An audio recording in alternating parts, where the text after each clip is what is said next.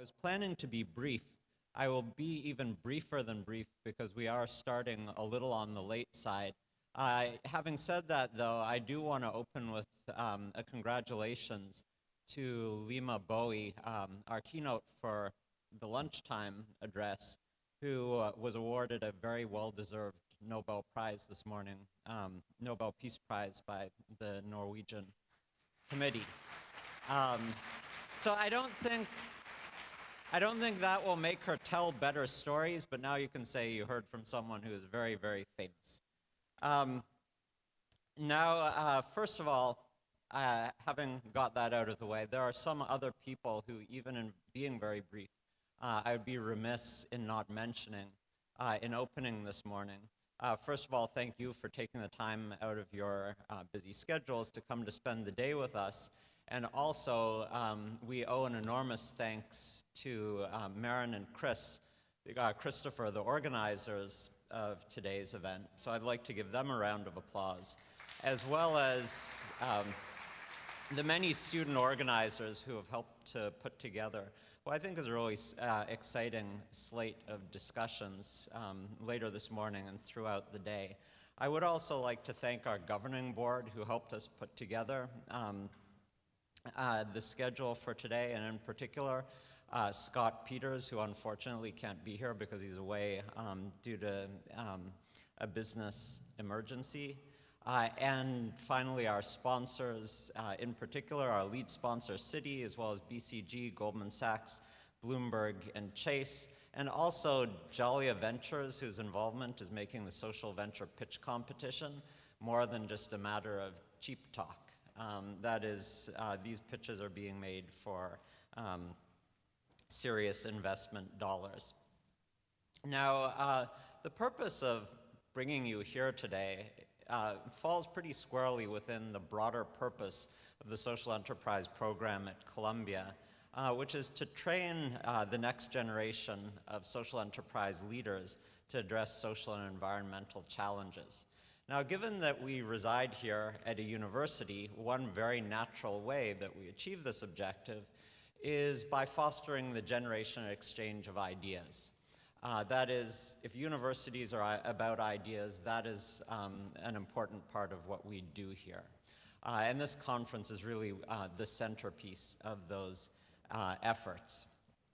Now, I've had the great pleasure of opening this conference for a couple of years now, and every year I say something like, it's a really exciting time to be in the field of social enterprise, and every year it is true.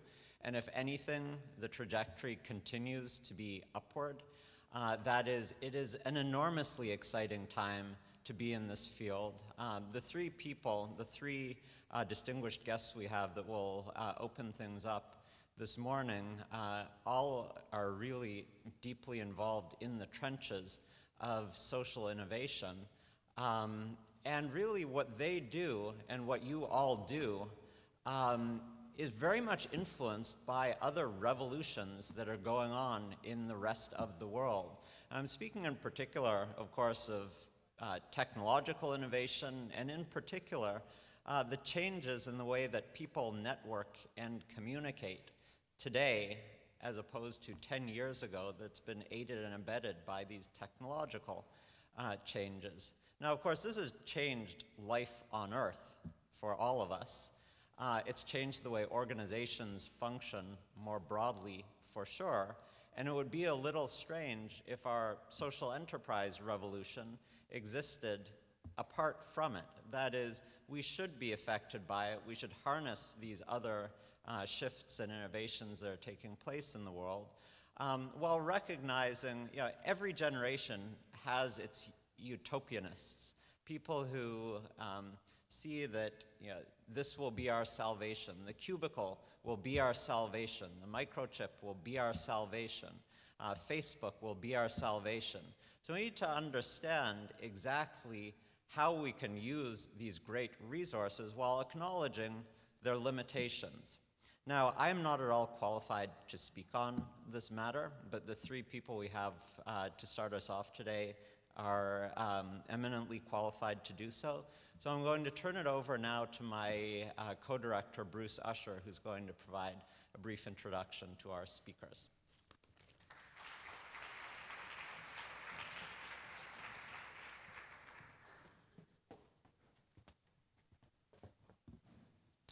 Thank you, Ray, for opening the conference. I became co-director along with Ray Fisman of Social Enterprise Program just back in May of this year. But I've been teaching in the Social Enterprise Program here at Columbia since 2004. And if there's one thing I've learned in that 8 years of teaching, it's that the heroes of social enterprise are the social entrepreneurs. I'm very fortunate today to be joined by three very distinguished social entrepreneurs to discuss scaling social innovations. And it's my great pleasure to introduce them. Our moderator, Nancy Barry, is a leader in building enterprises that provide solutions to poverty. She's founder and president of Enterprise Solutions to Poverty and has worked with over 150 companies in China, India, and other countries building inclusive business strategies. Previously, she was president of Women's World Banking from 1998 to 2006, and under her leadership, WWB members increased their outreach of financial services to 23 million clients. She's received numerous awards, including the Forbes list of the 100 most powerful women in the world in 2004 and 2005. Nancy's going to moderate our session, and our panelists joining her is Cheryl Dorsey and Matthew Klein. Cheryl is president of Echoing Green and a pioneer in the social entrepreneurship movement. Echoing Green's mission is to unleash next-generation talent to solve the world's biggest problems. Its fellowship program provides seed capital and support to the most promising social entrepreneurs with bold ideas for change. And she's joined by Matthew Klein, who is executive director of the Blue Ridge Foundation.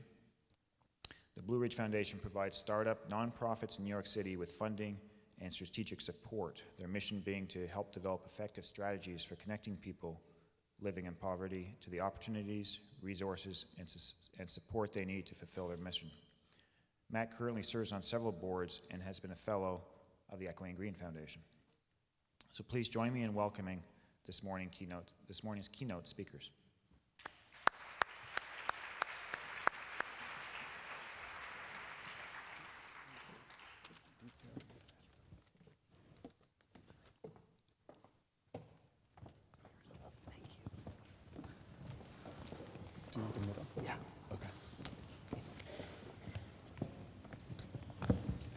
Good morning, everyone. Welcome. I think we have to say that this event is truly blessed. I don't think there has been a social enterprise conference in the history of the world where the keynote speaker received the Nobel Peace Prize on the very same day. And I think it also is incredibly important as we enter the theme of this conference, which is innovation in a networked world. To have someone like Lema, who really embodies how do you build networks of the humankind aided by technology. So what we are going to try to do today is to deal with innovation. As you know, Cheryl and Echoing Green has 20 years of experience promoting innovation among emerging not-for-profit social entrepreneurs and increasingly among for-profit social entrepreneurs.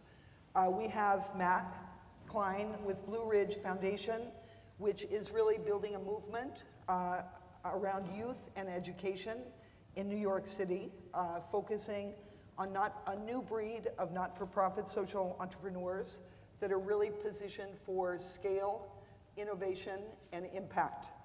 And I will be dealing with some of the innovations that we see among social entrepreneurs of a very new breed, and that is large companies and banks that are pursuing inclusive business. So with that, we will begin. So why don't we begin with you, Matt?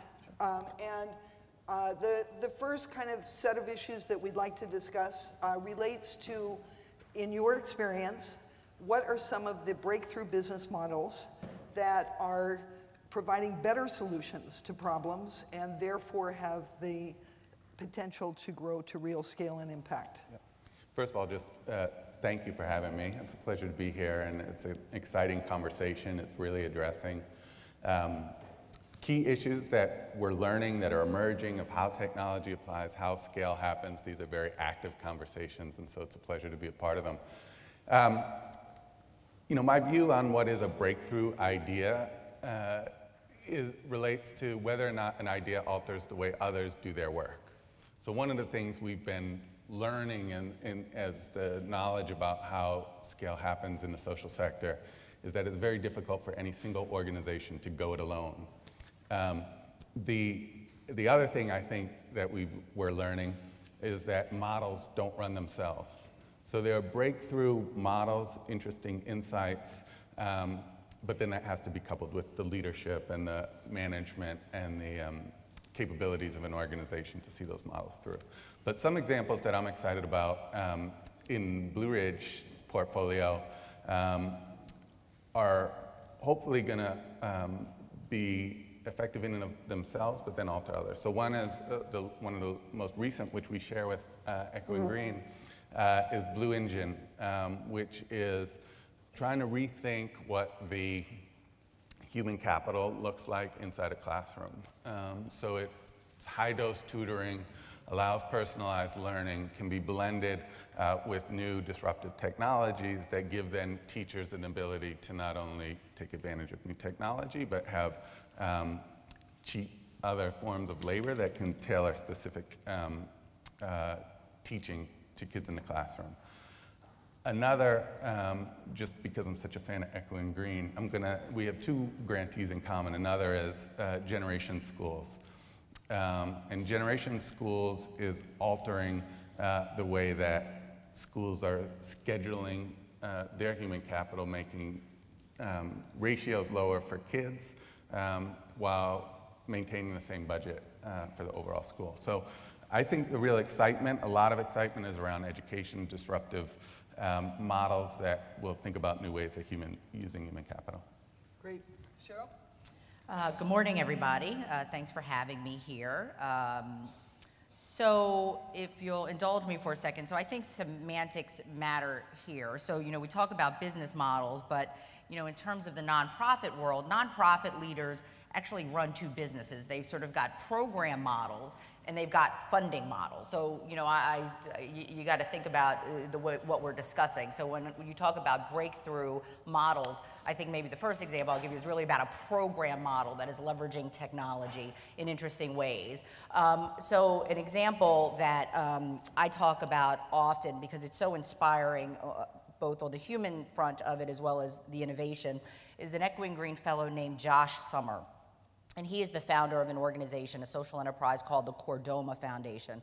Chordoma is a very rare and uniformly lethal form of head and spine cancer. After diagnosis, average survival time is about 7 years. Josh was diagnosed with chordoma during his sophomore year in college at Duke University. And I don't know about you all, but sort of receiving that sort of news when you're sort of just beginning your life is absolutely devastating. And Josh is one of my absolute heroes because after receiving this absolutely devastating news, began to set about the work of trying to find a cure for his own cancer that only affects a couple hundred people around the world per year. And for those who know anything about medical research, the vast majority of research dollar and research scientists' time goes to sort of the big cancer, so breast cancer, colon cancer, lung cancer. But there are 60 different types of cancers, and most of them receive scant attention, which is why we call them orphan cancers. So Josh created something really quite interesting. He essentially created a wiki-style, open-source collaborative of research scientists, so bringing them together through a technology platform around the world, allowing these research scientists collectively to achieve the kinds of research outputs that world-class, well-funded labs achieve. What a really interesting way to sort of bring together both human and financial capital fueled by technology. And just to give you a sense of how it's working, about a year ago, a breakthrough came in terms of the genetic basis of chordoma that was published in Nature magazine. So I think that's a great example of how you can bring people together fueled by technology to sort of lead to real innovation. Great. And I'd like to add a couple of examples. And to me, both of them illustrate that while technology matters, as Matt was saying, human capital often matters more in terms of making technology work. So one is an education example in China, New Oriental. If you're from China in this room, you would know New Oriental because chances are you got to pass your TOEFL exam because of New Oriental. New Oriental was started about 15 years ago by a young professor who decided he wanted to study in the US, and he needed to earn a little extra money. So he created tutoring in English, and he probably spoke about this much more English than the next Chinese person. And he ended up having to decide between being a professor or pursuing his business. He pursued his business, and today New Oriental is listed on the New York Stock Exchange. They have trained over 5 million Chinese in English, and the fascinating thing is it's kind of the opposite of increasing the ratio between the student-teacher ratio. They actually have 600 students in a class. And why does that make sense? Because you can learn enough English to pass the TOEFL, get to the US, and study for $100. So that's kind of a technology which doesn't really involve any IT or any computers. Another example is Safaricom M-Pesa in Kenya, the world's leader in mobile banking for the poor, over 20 million clients. And again, obviously mobile banking sounds very sexy and high tech, but the magic of M-Pesa is really mobilizing 23,000 agents in every village of Kenya to be the banking correspondent agents and the financial service providers of low-income people in rural Kenya. And I am excited, being on the board of China Mobile, that the chairman of China Mobile, which has 600 million clients, has chosen to go to Kenya to learn from Kenya on how to build this out for rural clients of China. So I think what we're seeing is kind of a combination of high tech with high touch as breakthrough business models. The next kind of set of things that we'd like to talk about is scale. I think all of us recognize that there are many wonderful social entrepreneurs of the for-profit or not-for-profit persuasion that never quite get off the ground, in spite of having brilliant, innovative ideas. And so what we'd like to talk about is, if possible, successes and failures in terms of what does it actually take to get to scale. So maybe we'll start with you this time, Cheryl. Sure. So, maybe I'll be a little bit provocative to wake us all up. I sort of get a bee in my bonnet when people sort of throw around this term of scale. And I think we far too often conflate scale with impact. They're different things. And you can scale all day long and be terribly inefficient and ineffective. So to what end? So I think we have to be careful when we think about scale, because I think you want to scale because you want to maximize the impact of your social innovation. And I think there are many paths to scale. There's an Echoing Green alum, Katya Fell-Smith, who is incredibly smart, who is a serial entrepreneur, and has started something called the Full Frame Initiative, which is looking at small community-based solutions around the country and looking at why they're so effective, and is starting to glean and call a set of principles and practices that run across these very small community solutions. And her proposition, which I fully agree with, is that you can go to scale by knitting together through networks, through information sharing, things that work already. And that you can't lose the notion of the importance of both people and place in finding something that works. So that's my 2 cents on scale. I think you can get there in a lot of different ways. But in terms of another example of how do you leverage technology. Echoing Green fellow, who we just got some great news from a couple weeks ago, a young woman named Anna Elliott, only graduated from Hampshire College a couple years ago, and after college sort of found her way to a small NGO in Afghanistan through work with USAID. And having been a kid growing up here in the US, watching a lot of reality TV, like I do, and went to Afghanistan and got the idea for using reality TV to teach basic economic development principles to the populace. So essentially, she created the American Idol of economic development in Afghanistan. Turned out to be the most watched program in the history of that country, 7 million viewers. So she's now trying to take this model of using media as a platform to educate, and is in pre-production for a similar show in Colombia, and actually just got a big grant from USAID a couple weeks ago to bring the model to Egypt. So in the wake of the Arab Spring, where young people who have sort of unleashed their political sensibilities, who now need to turn that into new economic opportunities, I think her company called Bam Yam Media is a great example of how you do that, and that's scale. Great. Just to pick up on what Cheryl was talking about, I agree there's even a tension in the title of this panel almost in terms of scaling social innovation, and is there navigating the sort of spectrum of innovation to effectiveness is something that sometimes gets conflated.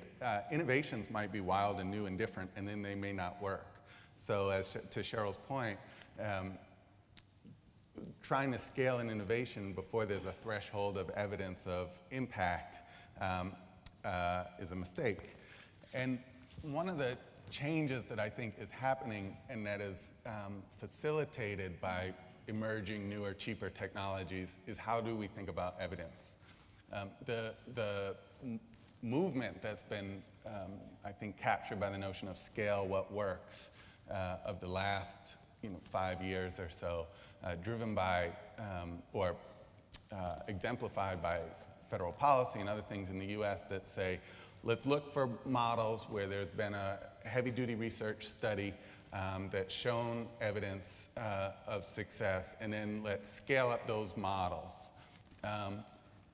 Is evolving, I think, to a notion that we need more real-time data, so that it's not something that's worked once that we know, and then hope that if we replicate the components of what worked under different kinds of headings, it will continue to work in new settings. But that organizations can, by accessing data that's previously been locked up in government sources, or that's now more easily shared across databases among organizations that allow them to work new ways together, allows us to move towards new ways of scaling. I also think technology facilitates distribution of ideas and models in better and newer ways. 2 examples there. One, Kaboom, big fan, simple idea, build playgrounds, and in the process of building playgrounds, bring a community together to work in a particular place, neighbors coming together, and seeing that by accomplishing a very seemingly impossible goal, raise the money and build a playground in a short amount of time, you can catalyze more social capital within a particular place, and that can lead to more new ways that folks work together.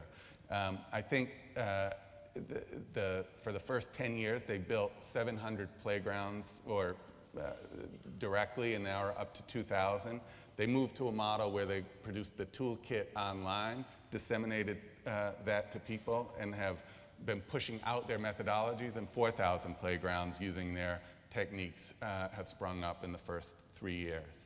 Another example from Blue Ridge's portfolio is something called iMentor, which began with the premise that relationships between people can occur both online and in person. And the question was, if a lot of that interaction between professionals and young people occurs on email, can you get some of the same benefits that you get from person-to-person mentoring?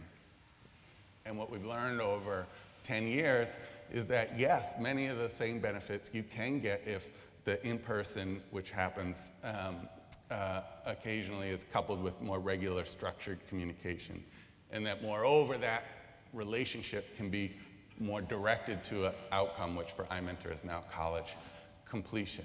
And so it's a way that the core concept is being distributed now through iMentor is by them packaging the software tools and methodologies that they use for their direct programs and licensing that to other organizations that want to add online-based mentoring to the work that they do. So again, a distribution of models through online mechanisms. Okay, I have been encouraged by Ray to be an active moderator. So I would just like to say that I feel extremely strongly that big problems require big solutions. And I have seen many social entrepreneurs hide behind poor management, poor leadership, poor systems, poor business models, poor executing plans, poor financing plans, to say we're still kind of looking at impact. And if we take the whole history of microfinance, at one point, Women's World Banking had 7 microfinance organizations, not-for-profits, in the US, out of the 50 in the world. And very quickly it became 0. And that was because none of the US organizations were willing to think about strategies for sustainability, meaning financial sustainability, or strategies for scale. And the issues in the US in terms of cost structures, outreach, what is viable for a micro-entrepreneur is very different. But the point is, if you don't have a model that works, get out of the business. At one point there, I like to say there were 10,000 NGOs in microfinance in the US and a total outreach of 10,000 clients. So if we flip that failure over to India, we have some of the things that I think Cheryl is getting at in terms of the cautionary tales about scale and what Matt is saying about really you cannot forget what business that you're in. And you cannot stop innovating and stop asking whether this thing is having the intended impact. So what you found in India is that the 3 giants, led by SKS, which I think is an Echoing Green star pupil, which might get removed from the front of your website. It won't. is an example of an organization that I have great respect for in terms of achieving scale. Any organization that can add 100,000 clients a week, I find awesome. But the problem is, and Vikram Akula will be the first now to admit it, that they kind of forgot what business they were in. And they became very obsessed with banging out the loans and forgetting that poor clients need savings, need insurance, need financial literacy, and even though legally they cannot mobilize savings, there are many, many ways in which they could pair themselves with commercial banks to do that. And so this comes back to the importance of networks, to the importance of social capital, to continue to remind ourselves that maybe we don't know these customers as well as we thought we did, and maybe as we scale, we need to keep asking the questions about, are we providing the products and services that clients need in order to achieve real and lasting impact? So it's not a simple story. Can I just say Yeah, please. So it's more in the domestic context. I think you're highlighting something that is sometimes overlooked, because we're obsessed with impact, as we should be. Everyone wants that. What sometimes gets, I think, underappreciated is how hard the work is. There's so many obstacles to for folks who are running ventures to grow and to get success that are outside of their control. I mean, it's hard enough to build a widget and have the widget go. Second thing that gets to be hard is when you're dealing with human beings and affecting change in someone else's life. That's hard. And then we as funders and the ecosystem don't always necessarily make it easy either.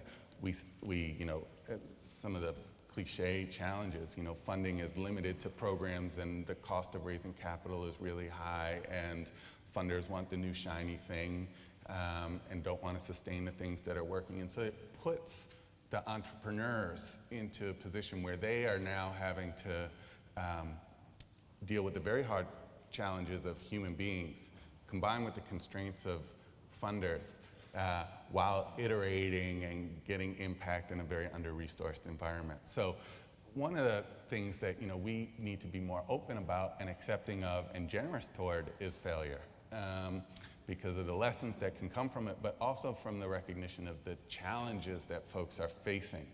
And I think folks don't talk about failure for a lot of reasons. One is it's just brutally painful. I'm connected to an organization now that's going through real struggles, and it's not that we want to hide that, but it's just really hard to go through it when you care a lot about it. And the reasons for failure are not always so simple. Like there's usually multiple inputs to something like that. So anyway, I think if we can talk about failure and lessons learned with generosity, it might give people more of a freedom to innovate, to acknowledge where they've gone wrong, and then hopefully we can help them and help folks who are motivated and talented adjust and iterate.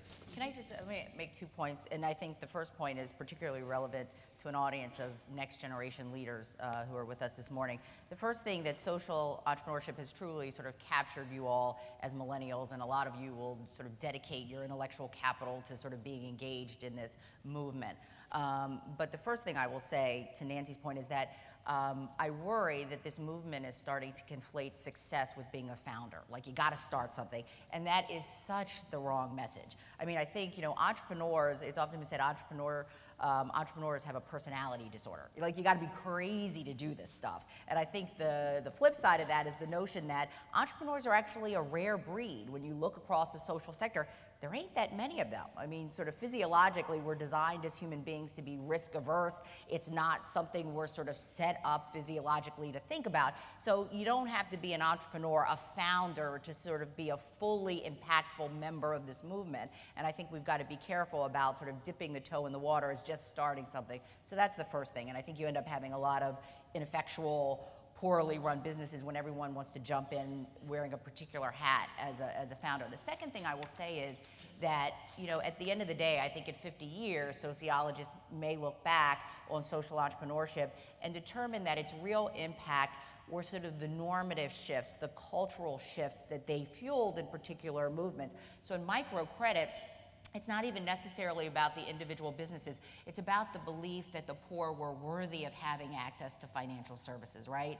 In the education reform movement, that poor children or children regardless of what they looked like or where they lived could learn. So in some ways, what is interesting to me about this movement is the way that, we sort of look at problems and we begin to believe we actually can solve the problems as opposed to just ameliorating the symptoms of these problems. So that's what is exciting and interesting to me. But, only time will tell. But in terms of sort of movement building approach to things, I'm sort of excited about the energy and the momentum behind a lot of this work. No, and I think that is a very important point in terms of thinking about your careers in social enterprise. One of the ironic things that I'm seeing is watching the hyper-commercialization movement within microfinance, just as the business community, particularly large companies operating in emerging markets that have figured out that they need to get to the bottom 80% of the economically active population, and that means new distribution systems, new sourcing from small farmers, that they are seeing the importance of investing in the poor, whether it be to create a supply chain with very small farmers in India, China, Colombia, Kenya. And so we're seeing this notion of inclusive business being the wave of the future in growth markets, being taken up by more and more mainstream companies. And what that means is that there are tremendous opportunities for you guys to not just start your own thing, but to find an IBM, or find a Jane Irrigation, or find a HDFC Bank, or find a Servientrega, or a Fab India, that are companies that have started with what I believe is a social entrepreneurial perspective, or where you have leaders in major business groups, like agribusiness within ITC, who really understand rural communities. So that instead of thinking between, do I join Goldman Sachs, or do I either join a small NGO or start one, I think there are increasing options where you can actually have high impact through large organizations that are actually very humble right now about trying to figure out how to work at the base of the pyramid. On that notion, you know, I would be interested in having us reflect with Lema in mind on how we think about taking the successes and the failures within our organizations and networks, and using that to actually build a movement. So thinking about creating networks of a humankind aided by all of the information technology platforms that we have at our disposal. And you know, it's interesting because Lema did it in Liberia. Matt, you were trying to do it in New York City. Cheryl, you have kind of moved from local to more and more global, from not-for-profit to more and more for-profit in terms of the models. And so we were, and I have worked in both microfinance. I even built a network in the World Bank in terms of social change internally. So we all kind of have different experiences to bring to this question. Matt? Yeah, I totally agree. Networks are crucial. Cheryl and I were both Echoing Green Fellows around the same time, and the opportunity to know her throughout this time and all of the Echoing Green Fellows has been so instrumental to me, and you know, under Cheryl's leadership, the strengthening of that network has been incredible. In New York at Blue Ridge, we house our grantees under the same roof. We're incubating them, so we provide a space and support to the founders who are our grantees. And the pure ability to not be so lonely in this very difficult, failure-filled world, and to trade ideas and admit when things are going wrong, I think is really beneficial to those folks. And increasingly, I think as we think about scale again and networks and technology, there's more and more efforts, I think, of organizations to say, how can I get really good at the one thing I'm good at and integrate with others who are really good at what they need to do? You know, social problems are multifaceted, complex. You know, the child who is hungry is not going to be great concentrating in school. So how can organizations that take different approaches to a complex problem work together in better ways? And technology is facilitating that. You know, the ability to access, you know, as a leader, to know what's going on in your field, to keep up with the latest information, to know what models are out there is so dramatically different now than it was just 5 years ago. The ability to share and exchange data, to move client referrals to be not just housed in sort of my own system, but shared across organizations with privacy and all that sort of considerations to be worked through, but that can be worked through, allows more comprehensive support for people. So, so I think the human ability of leaders in lonely, difficult work, the combination of integrated program models, and then the leveraging of technology to understand what's out there and to work together in more effective ways just makes this time a really exciting time. And I totally agree with the notion of don't just start something. I mean, there's such a desperate need for talent out there among every organization to manage new sites, to oversee staff to be really excellent at operation, to analyze and data.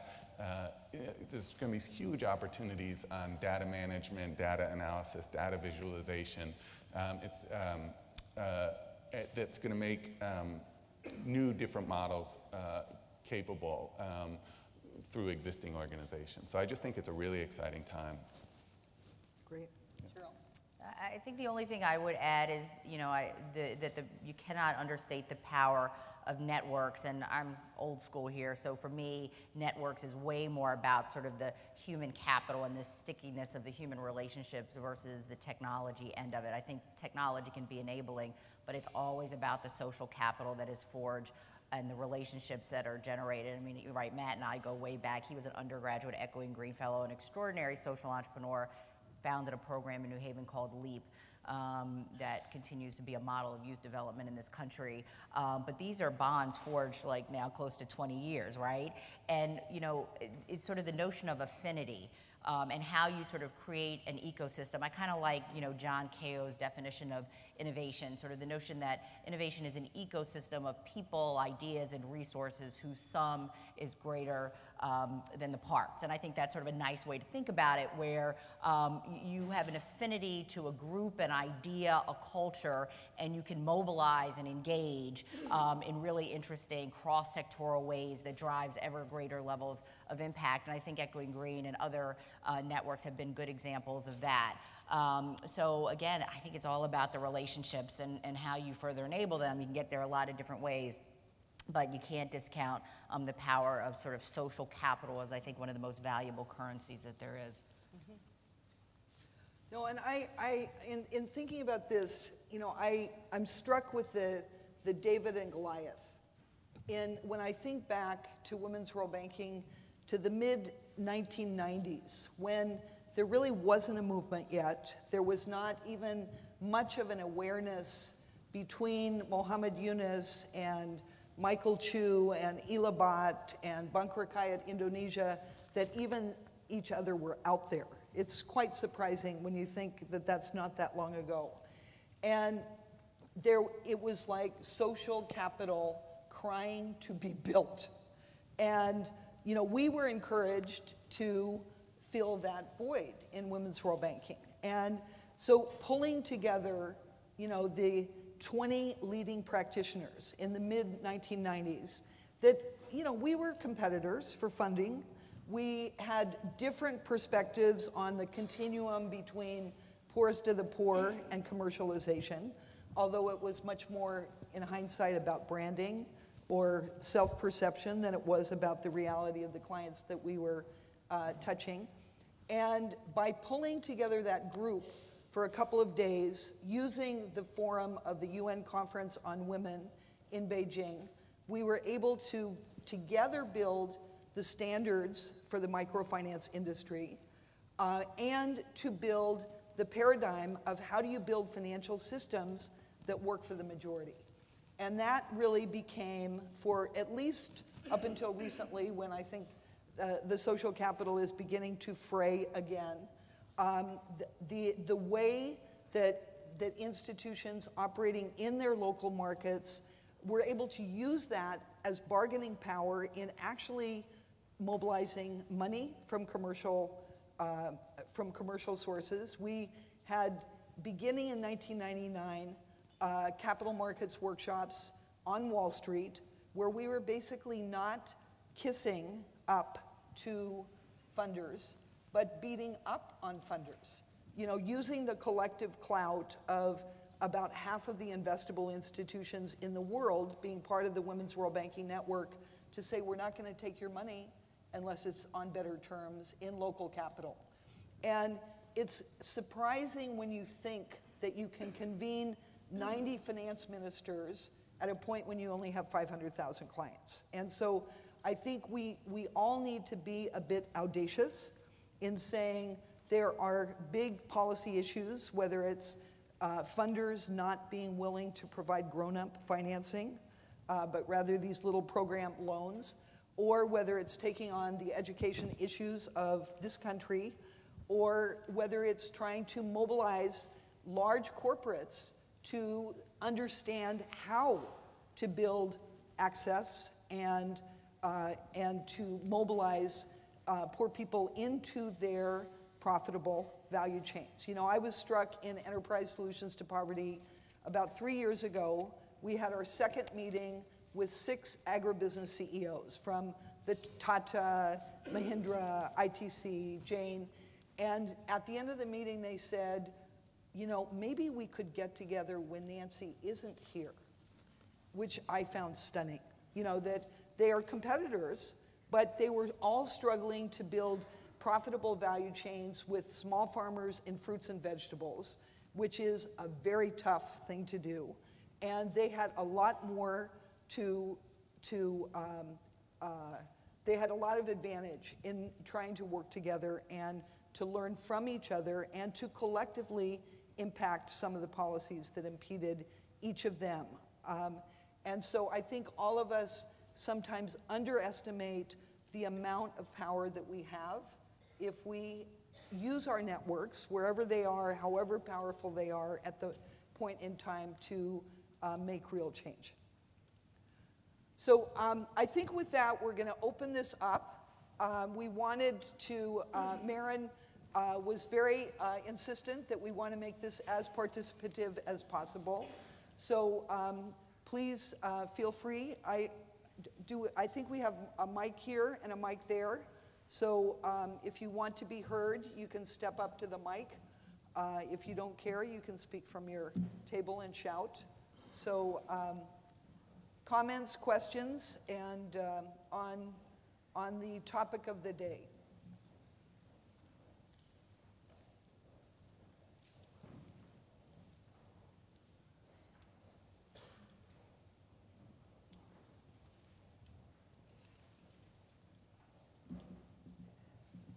Good morning. And if you could please just say who you are and whether you're a student or what organization you represent. My name is Franklin Moore. I work for the Queens Economic Development Corporation. We're a small local development corporation here in New York. Great. And the question was for Matt regarding, I guess, being able to create these social enterprises. You mentioned having some type of disruptive model. Could you explain a little bit more about what that would be and how we could use those things to really reach a bottom of the pyramid who sometimes don't have that education or tools and resources to use technology, right? So we think that we can reach a large population, especially the bottom of the pyramid with technology, but there's a lack of education for them to have really access to that or know how to use it. So what type of disruptive models, you know, kind of how do we define that, and how can we really use technology to get to the bottom of the bottom as opposed to financial inclusion of the people who are just marginalized outside of the traditional system? So a couple of things. One is, you know, with Steve Jobs passing, there's all these kind of tributes that are out there. And one was, I read about him talking about education. And he said, you know, technology is absolutely not the thing that's most important in education. It's the teacher, it's the person. So I think when people talk about disruptive models, it doesn't necessarily require the use of technology. So that's one point. Second point is, I think technology is going to reach much further than we might take for granted. Like, there's certainly a remaining digital divide, but people are now, you know, they're on cell phones. The media is permeating in many different ways. There's more and more access. So I think we're marching towards a point where that is going to be, at least in the US, I can't speak internationally, others could better than me, but the technology is going to be much more pervasive than we might assume, and it just might be consumed differently. You know, I can rattle off sort of models of, you know, that we're supporting at Blue Ridge, a couple I mentioned, but there is, in a broader sense, a need for people who are deeply familiar with a problem to think about what that solution is. One of the disconnects that, for people who are deeply familiar with a problem, to think about what that new disruption, that insight is that would change. So one of the disconnects that we see is sort of folks who have an idea but aren't rooted in the problem or issue that they've had to confront, versus people who are just want to do the same thing but maybe a little bit better. So I would say just the underlying theme of disruptive models are that they usually, the best ones emerge from people who have been embedded in the problem they're trying to address.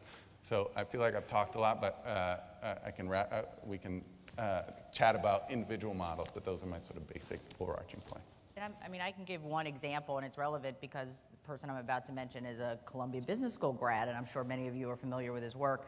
Also a 2009 Echoing Green Fellow, David Del Sur, who developed his social enterprise, I think in part while he was here as a student, and he started a for-profit company called Frog Tech, which is developing cutting-edge business management tools for the cell phones of micro-entrepreneurs around the world. I mean, there you talk about base of the pyramid, there are about 40 million shopkeepers in developing countries around the world, and most do not have computers, but they all have cell phones. And so with a very user-friendly, accessible interface, David and his team is in the process of piloting these accounting software tools for the cell phone. And about 3 weeks ago, he actually won Europe's biggest prize for best mobile startup through Vodafone. So you've got an example of a scale proposition that can reach people immediately, and again, doesn't require much training because of the way he's developed the software, but has great potential to reach many millions of businessmen and women and increase their productivity and revenue. Yeah, you know, I was thinking about David, who actually was the person that got me involved with Columbia Business School when he was starting my Columbia as a student here. And I ended up being a mentor for him, and as we speak about the use of networks, I think we were very helpful to him in getting quite substantial startup capital. Where I think we were less helpful to him, and I have another story of a student, of a social entrepreneur that spoke here a couple of years ago, from his experience at Cinepop. In the case of David, I introduced him to the top management of Procter & Gamble. And it was very fascinating because they were very, very taken with his idea. And I've just received an indication that I think they took his idea and ran with it. Equally, you know, in the Cinepop, as some of you may know, is this very innovative company which has blow-up screens for showing movies in the barrios of Mexico. And the business model was that they actually got $10 million a year from selling advertising. But gradually they have shifted their business model so that now they sell micro insurance, education products, to people that come to see the movies. So I introduced Ariel to the head of Cinépolis, which is the largest movie chain in Latin America. And they had about 10 meetings because Ariel needed capital. And at the end of the day, they would not, the big guy would not sign an agreement of exclusivity with David. So when we talk about Davids and Goliaths, you know, it is tough to be a social entrepreneur, especially because many times you would want to use the money and the kind of distribution infrastructure that some of these large companies can bring to the table. So we need to fight for these social entrepreneurs, but it's tough. Yes, please. My name is Muna Jaber. I'm a student at the School of International Public Affairs. So I have a question. There's always a tension between doing good for the society and being like a profitable social enterprise. Like, for example, if you're a social enterprise trying to improve women's lives in rural areas, and you want to be profitable at the same time, how do you justify your business model so that you're not criticized for not like plowing back into the society?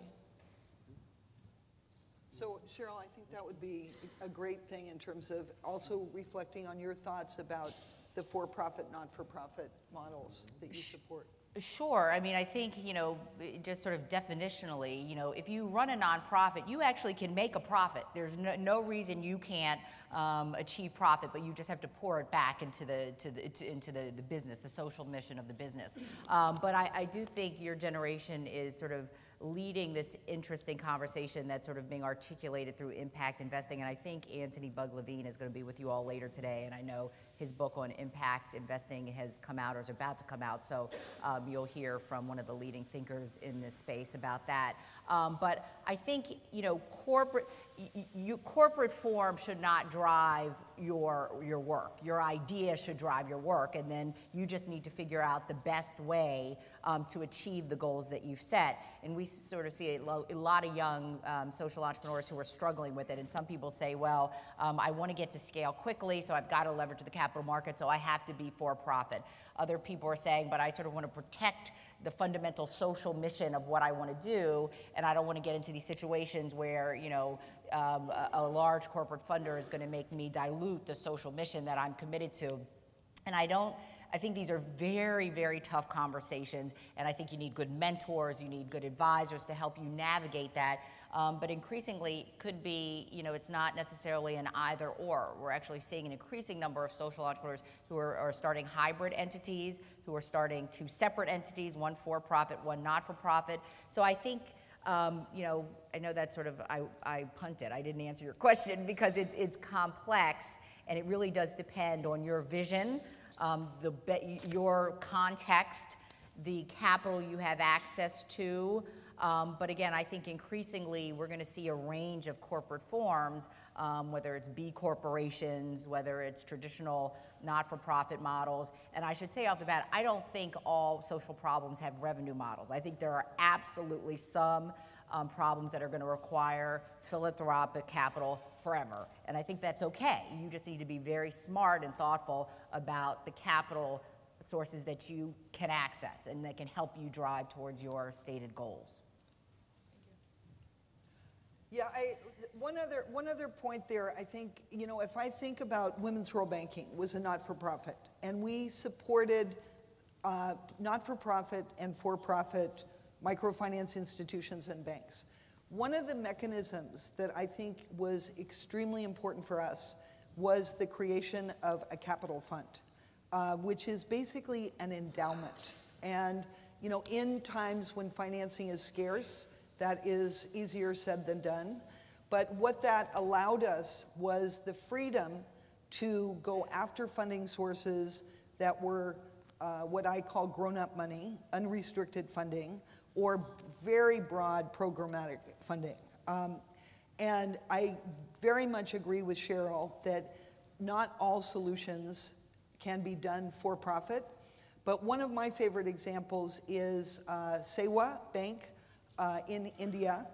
Sewa is a movement of 1 million grassroots women, low-income women entrepreneurs. And Elabat, the founder, is very big on the fact that if you want to make a difference in empowering women, it is very important to combine struggle with self-sustaining operations. So at the heart of Sewa is Sewa Bank, which is a cooperative, profitable bank.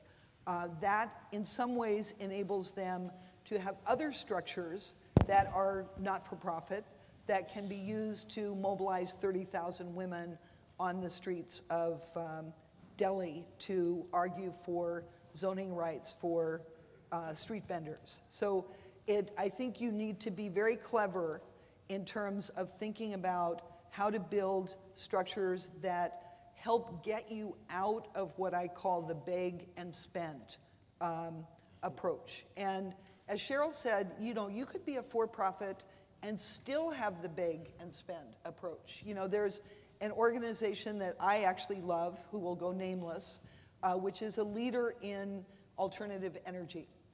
And I was sitting with him at one of our ESP Innovation Group meetings with a bunch of for-profit social entrepreneurs. And he said to me, "Why did you invite IFC?" And I said, because IFC is funding a lot of you guys. And he said, yes, but they gave me $1 million last year, and now they're asking for my cash flow. And I told them I already spent the money. So if you're not laughing, that means maybe you're not at Columbia Business School.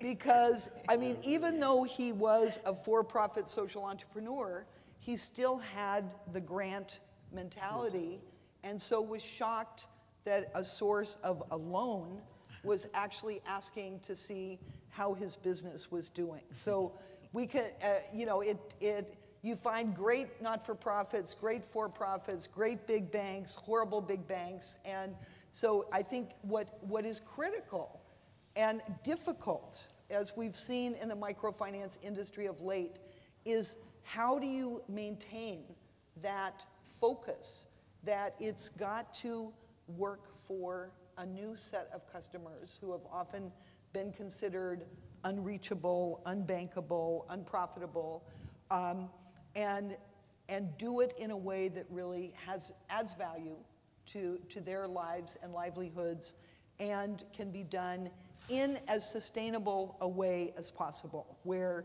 not always going back to the source is, I think, increasingly important in this kind of cash-starved world.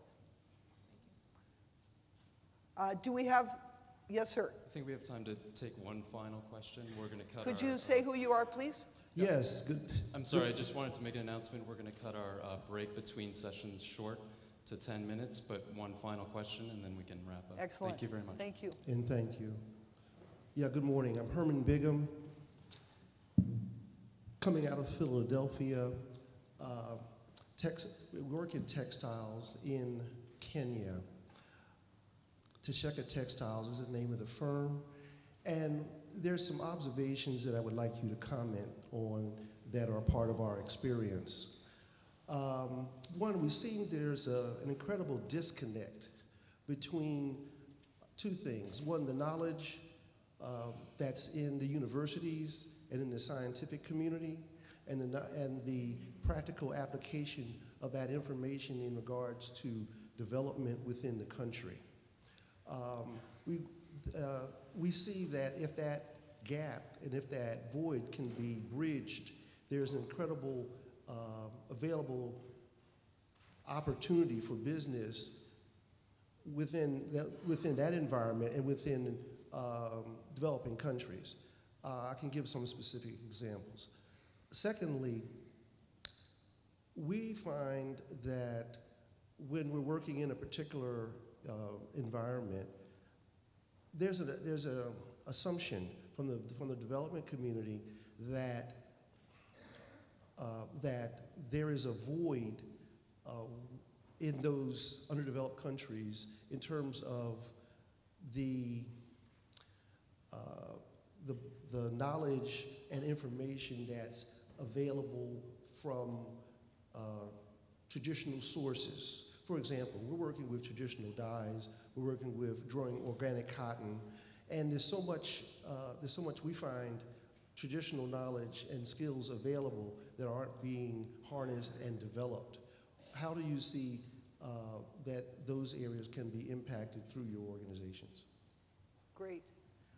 So maybe what we can do is ask each of us to reflect on that question of kind of the bridge between academia and practice, whether it be in Kenya or in New York City, whether that is a divide, and how, if so, how to bridge, but also give both Matt and Cheryl the opportunity to spend a minute in wrap-up with the messages that you'd like to leave our participants with.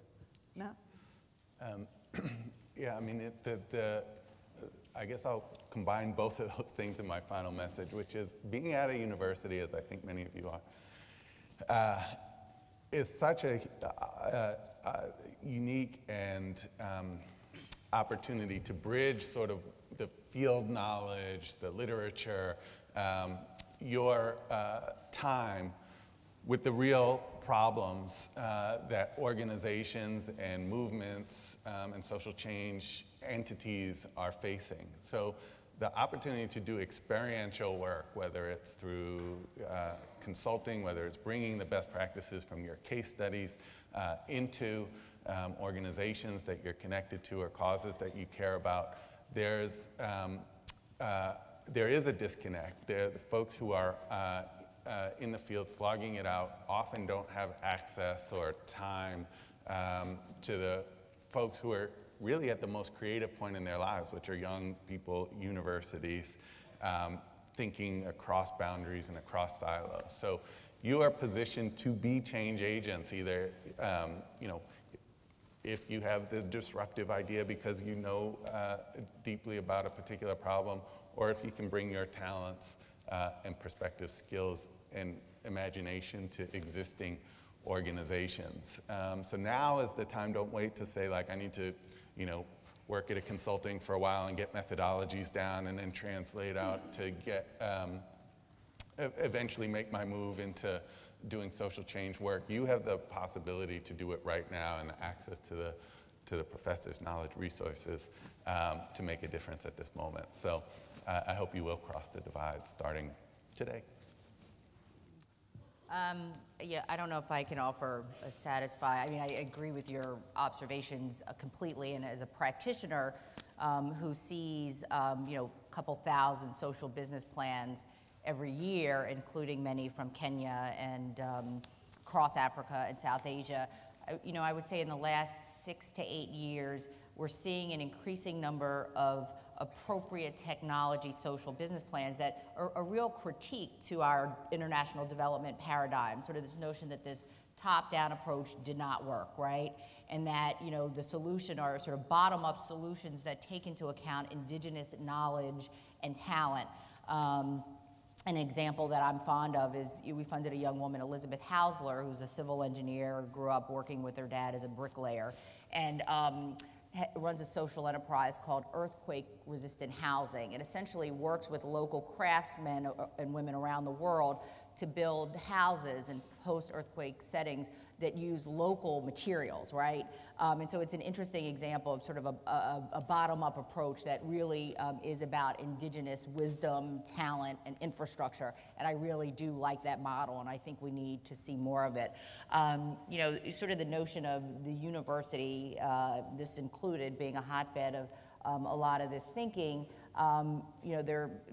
historians abound who talk about sort of age distribution as being a key driver of large-scale social change, and we are sitting on top of this demographic bubble, you all, these millennials, that have such an extraordinary opportunity to completely shift the conversation. And I mean, my last comment will be, in many ways, the interesting part of this whole movement, this whole conversation, I think what undergirds it is sort of this very big question of what is the purpose of capital? At the end of the day, what really is the purpose? Is it to just, drive towards profit maximization, or is it to really solve social and environmental problems at scale? I know what my answer is, but I think that's the conversation we all are collectively engaged in. And I think, for the next decade or so, as we sort of seek sustainable, viable economic models for the 21st century, we really have to be engaged in this conversation, because, I just don't think we have any choice given where we are today.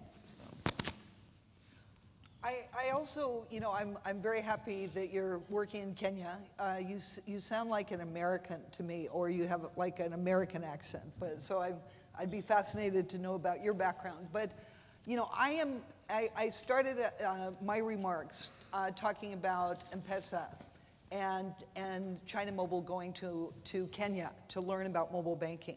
What is fascinating to me is I think the divide operates a bit the other way, that it takes academia a while to catch up with what are the trends that are actually happening on the ground. So if I look at Kenya, where Enterprise Solutions to Poverty has only been active for 1 year, but I and Women's Rural Banking have been active for 20 years, is, you have some of the most important leaders in the world in Equity Bank, Kenya Women, M-Pesa. You also have, it's fascinating to watch Acumen, which is a real leader in financing social enterprise, to be moving in the direction of financing Western Seed, which is a seed company that does non-genetically engineered but very innovative mutant seeds for maize. You know, they would not define themselves as a social enterprise, but Acumen does. So and you look at, you know, vegetable exports from Kenya, you know, a green bean from Kenya gets a 40% markup at Marks and Spencer's because they are seen as differentially high quality. So we have, you know, I am amazed at the number of profitable social enterprises operating in Kenya, and I'm also amazed at the number of banks and companies that are getting it in terms of inclusive business. So I think what is fascinating, if you look at the pair of Ray and Bruce, is you've got a pair of like this brilliant academician paired with a real practitioner. And I think when I look at ESP, where we have tons of interns, which we're recruiting, by the way, from Columbia Business School, and ESP Field Studies, students that have the analytical firepower can definitely add value to these companies and social enterprises. But I think the learning really goes the other way, is actually seeing how you make this work on the ground, and then trying to help companies and enterprises take it to the next level. So I think with that, we will let everybody have a break. I think we are all blessed with the inspiration of our luncheon keynote speaker, and go forth and go for it. Thank you very much. Please join me in thanking our panelists this morning. Thank you.